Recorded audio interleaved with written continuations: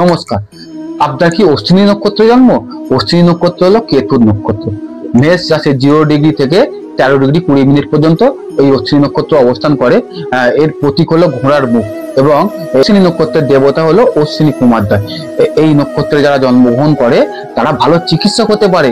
আমরা চিকিৎসকের হাত যশের কথা শুনেছি, ভালো সার্জন কিন্তু অশ্বিনী নক্ষত্রে যদি জন্ম হয় তারা হতে পারে।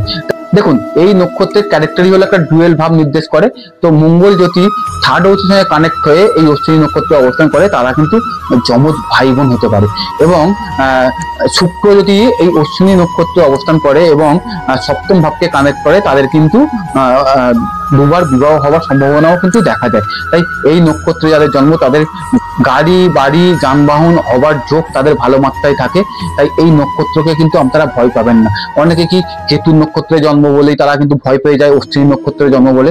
আমি দায়িত্ব নিয়ে বলছি, অশ্বিনী নক্ষত্রে যাদের জন্ম তারা কিন্তু ইন্টেলিজেন্ট হয়, মেধাবী হয়, তাদের কিন্তু কর্মের জায়গায় উন্নতি, জীবনে প্রতিষ্ঠা পাওয়ার একটা সম্ভাবনা কিন্তু প্রবল মাত্রায় দেখা যায়। তাই চিন্তা ছাড়ুন, আপনার নক্ষত্র যদি অশ্বিনী হয় আপনারা কিন্তু জীবনে অনেক দূর এগোবেন।